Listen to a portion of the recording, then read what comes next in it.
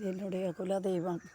என் வீட்டுக்கு அருகில் இருக்கின்ற குலதெய்வம் கேணியடி ஞான வைரவ பெருமான்.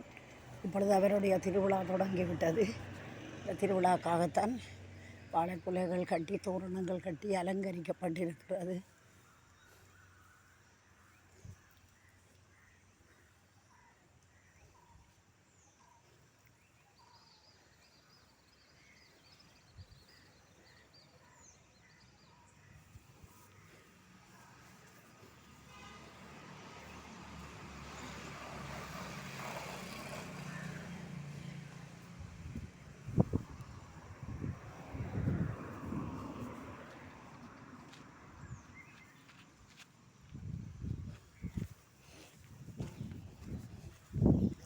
வாழ்க்கையில் இன்றைக்குமே நிரந்தரமானது கடவுள் மட்டுமே. கடவுள் இல்லாமல் இந்த உலகத்தில் எதுவுமே இல்லை. கடந்து நிற்கின்ற பொருள்தான் கடவுள். இந்த ஆன்மாவை கடந்து நின்றாலும் அவரை நெருங்கி செல்லும் ஆன்மாக்களை அரவணைத்து ஆதரவு தருபவரும் அவர்தான். நடுக்கடலில் தத்தளிக்கும் எறும்புக்கு கூட காப்பாற்றி ஆயுசு கொடுப்பதும் அவர்தான். சூழின் வழியில் எல்லோருடைய வாழ்க்கையும் செல்கிறது. என் பெருமானுடைய பின்புற வீதி அரச மரங்களும் ஆலமரமும் சுற்றி வர தலவிருட்சங்களாக இருக்கிறது. இதுதான் அந்த கேணி, என் பெருமானுடைய கேணி. இப்பொழுது பாழடைந்திருக்கிறது. ஆனால் இது பழமை வாய்ந்த தொன்மை வாய்ந்த கேணி. முன்பு இதை பாவித்தே இவ்வளவோ பயன்படுத்தினார்கள். இப்பொழுது இது கிணறு தோண்டப்பட்டதால் கைவிடப்பட்டிருக்கிறது. இன்றைக்குமே மனம் கவலையடையும் போது நாம் சொல்லி மனிதர்களிடம் முறையிடுவதால் எந்த பிரயோசனமும் கிடையாது. கடவுளிடம் சொல்லி அழுதால் மட்டும்தான் விமோசனம் கிடைக்கும். ஒவ்வொரு மனிதரும் செய்கிற பாவங்களும் புண்ணியங்களும் அவர்களை தொடர்ந்து வரும். அதே வேளையில் இந்த பாதையினிய செடியை பாருங்கள், அதையும் காட்டுகிறேன்.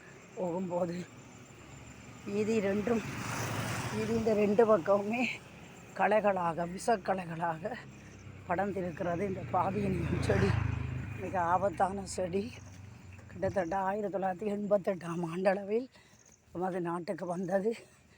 இன்று பயிர்களை அழிக்கின்ற விஷக்களையாக எங்கும் வீதி எங்குமே படர்ந்து கொண்டிருக்கிறது. கெட்ட மனிதர்கள் மனநிலைகள், கெட்ட மனிதர்களுடைய விஷ எண்ணங்கள் அழிக்கப்பட வேண்டும். அதுபோல் இப்படியான கெட்ட பயிர்களும் அழிக்கப்பட வேண்டும். சூரனை அழித்தார் முருகப்பெருமான், அசுரனை அழித்தால் மகாசக்தி. இப்படித்தான் கெட்ட சக்திகள் அழிக்கப்பட வேண்டும். ஆனால் இப்பொழுது கெட்ட சக்திகள் தான் நல்ல சக்திகளை அழித்து கொண்டிருக்கின்றன. அசுர சக்திகள் ஆட்சி புரிகின்ற உலகிலே தர்மம் அழுது கொண்டு தான் இருக்கிறது. என்ன செய்வது? இப்படியே போகும் பொழுது, நான் சின்ன பிள்ளையாக இருக்கும் பொழுது வந்து சென்ற வீடுகள், மகிழ்ச்சியாக சிறுமியாக விளையாடிய வீடுகள், என் நண்பியோடு இப்படியே எல்லாமே இந்த வீதியில் இருக்கின்றவர்கள் எல்லாம் எனக்கு ஒரு காலத்தில் சிறு பிள்ளையில் நண்பியாக இருந்தார்கள்.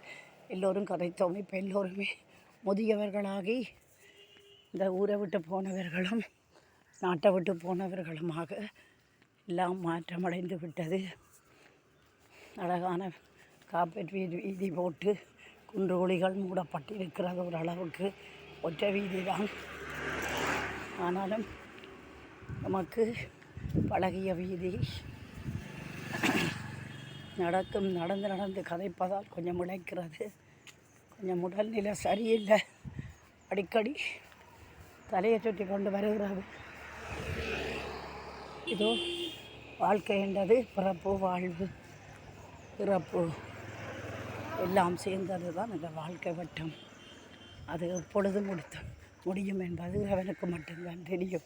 அதுவரைக்கும் யாருக்கும் அட்டூழியம் செய்யாமல், மற்றவர்களுடைய மனதை புண்படுத்தாமல் இந்த உலகத்தில் வாழ வேண்டும். இந்த உலகத்தில் எத்தனை காலம் வாழ்ந்தாலும் அடுத்தவரின் இதயத்தை புண்படுத்தாமல், வார்த்தைகளால் விஷம் தன்மையான வார்த்தைகளால் குத்தி குதறாமல், அன்பு செய்ய முடியாவிட்டால் அடுத்தவனை